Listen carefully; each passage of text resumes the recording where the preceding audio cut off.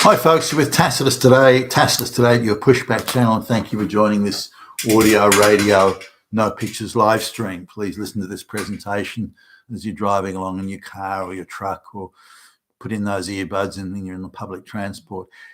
In this essay, I'd like to talk about if you like, a very early stage affirmative action type program that happened in Australia and in Sydney, or it may have happened elsewhere, but I know about the project in Sydney, where the government, a left-leaning government, took a position that students school students in the lower classes were simply being held back, and if they had, better opportunities, more encouragement, they'd all be rocket scientists. And the same from people who lived in the very high crime areas, which were the housing projects. Now we're talking high crime of all types, robbery, assault, car theft, you name it, murder. And so the idea was that because these people were the criminal element were concentrated in one area, they would kind of cross-pollinate and encourage each other in criminal behaviour, particularly tit-for-tat type crimes, which were rampant in those sort of places. So the idea was, if you take families out of these housing projects, and you sprinkle them in small numbers or even individual families around the entire area of Sydney, then putting them in better circumstances, even putting them in some of the richest, wealthiest areas of Australia, putting these dirt poor criminal families in it, that their behaviour will change to fit in with the circumstances of their surroundings. So if they come from a high crime area, you put them into a zero crime area, and these criminals will suddenly stop being criminals, and they'll start raising their if you like, their social behaviour to the standard of the people around them. Well, that's the thought anyway. So let's go through that. Does it actually work? Because if it works, then hey, why not do it? No, I was at a school where they were trying this, so it was quite a well-to-do area, but they had a small pocket of people who were in a small area, if you like, which is a small government housing estate, and it wasn't big. There was only like 20, 30 houses or something, but all the people in there, they lived side by side. All the people in there, their kids were all in the bottom classes. So this was seen as a sociological, ideological issue that could be socially engineered away, which is always the classic failing of these social engineers.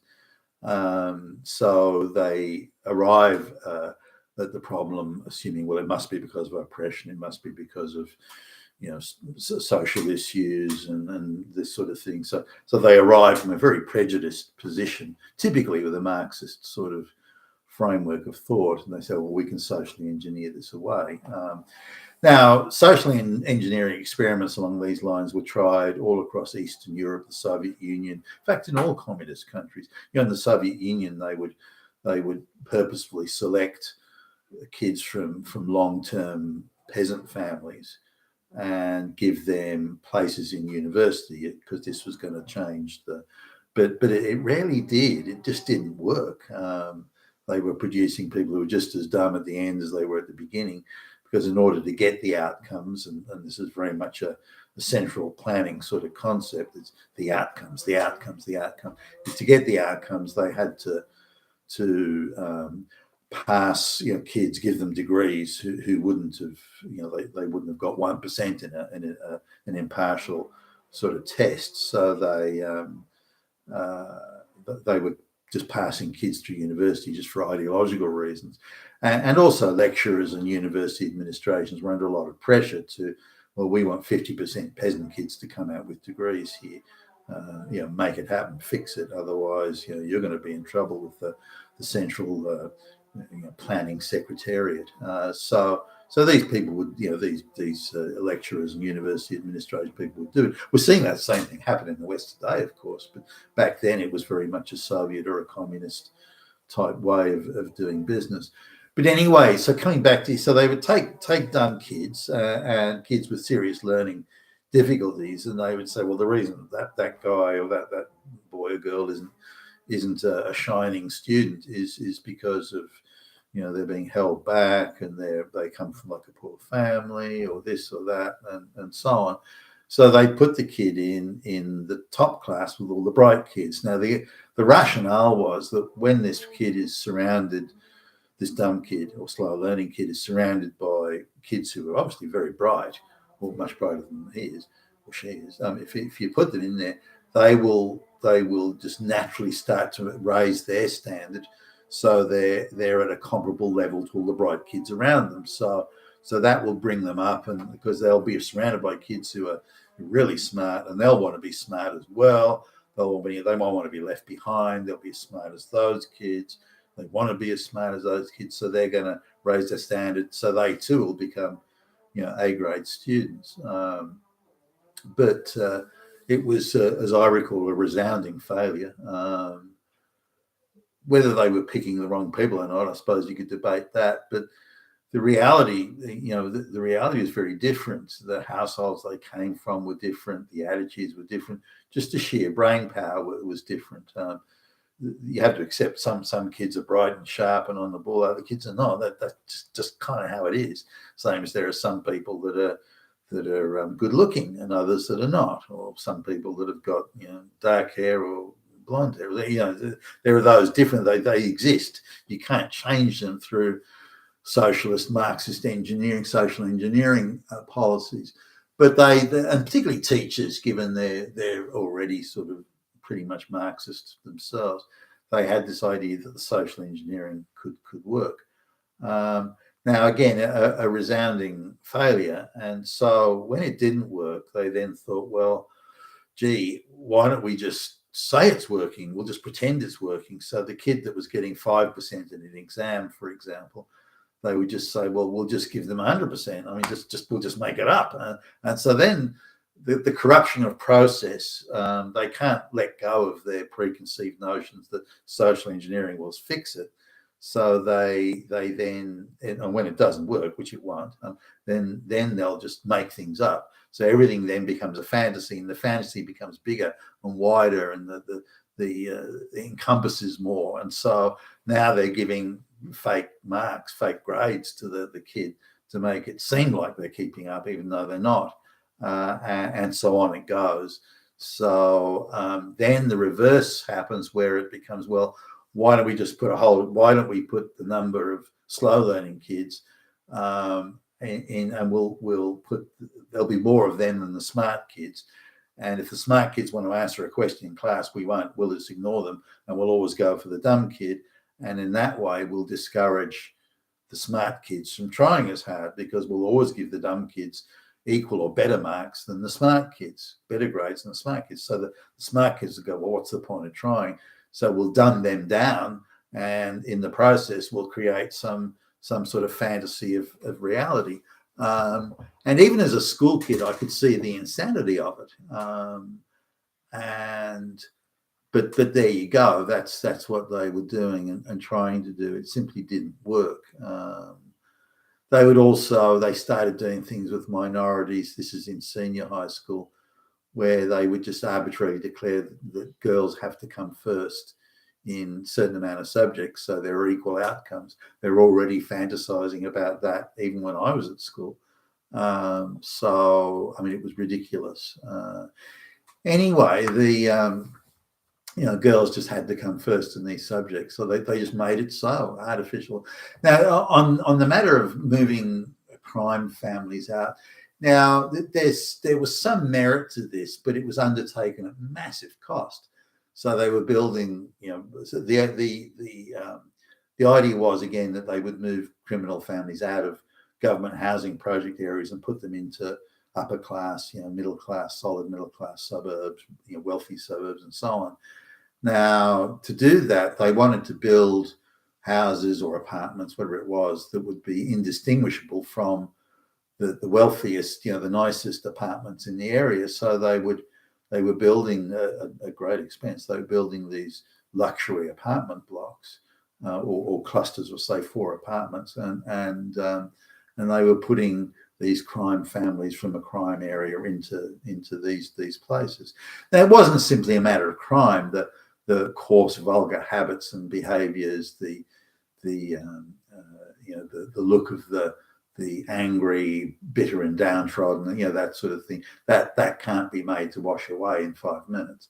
But the kids there were going to school with kids that were very well to do, or certainly compared to them anyway, very well to do with different habits. They were more they were studying hard, or more likely to were wearing nice clean clothes and things like that, and polished shoes, and they were polite to each other. And but it takes a long time, I think, for that intergenerational change to occur.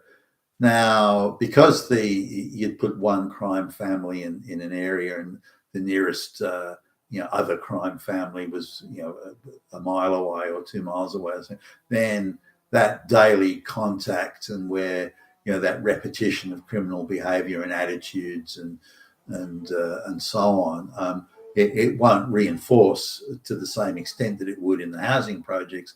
So you could argue to some extent there was some improvement there.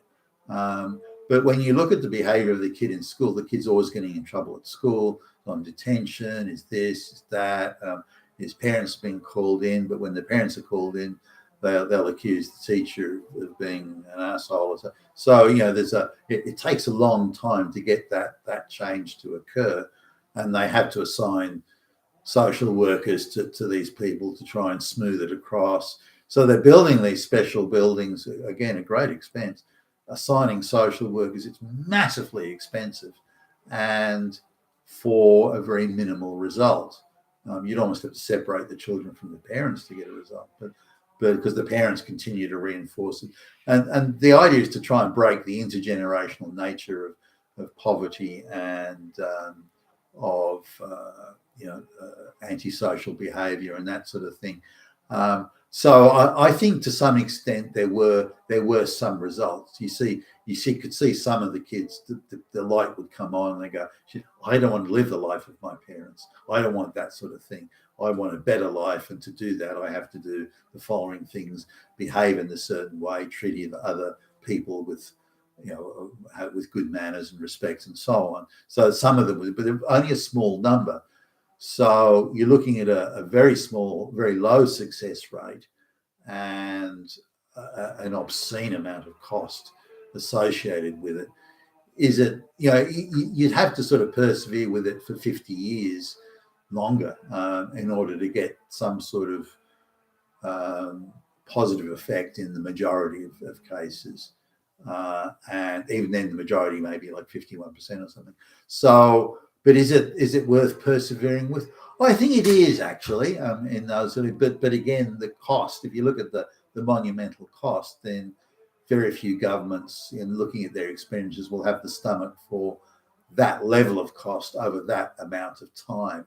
But would it be beneficial in an overall social sense? I think it would. But only this is in moving people out of the high crime areas. In the education areas, I don't think it did work. I didn't see it as working at all. If anything, the reverse was the case, because, and this is also when moving people around from crime areas, when the slow learning student is got right in their face the stark reality of how bright other people are and how far they are behind, then they just throw their hands in the air and give up. They weren't industrious, conscientious students to begin with, but when they look at the chasm between themselves and the bright kids, they think, holy fuck, there's no point in even trying here. I'm like a million miles behind these smart kids, so why should I even bother? What am I even doing here? I don't belong here with these kids. So it can have the reverse effect, rather than a kid going, you know what, I want to be as bright as them. And the kids know when the social engineer teachers come and say, don't worry about it. We'll just give you 100 out of 100. We'll give you straight A grades. Don't worry about trying hard or studying hard or mastering the complexities of calculus or something in mathematics. Don't worry about any of that. We'll just give you 100 anyway. So again, it has the effect of, well, why should I try? They're going to give me 100 anyway, regardless. So, and this is also the same with moving families from high crime, sort of lowbrow areas into middle class areas, they feel so alienated and out of place. Everyone thinks they're better than me, and I'm oppressed, and so they become even more bitter and twisted than they would have been. So you can have that effect as well. So these are things to consider in this. But this idea that you can socially engineer change on a mass scale, it's pie in the sky. It's just Marxist fantasy. Yet it's all around us today. You've been with Tacitus today, your pushback channel, and thank you for listening.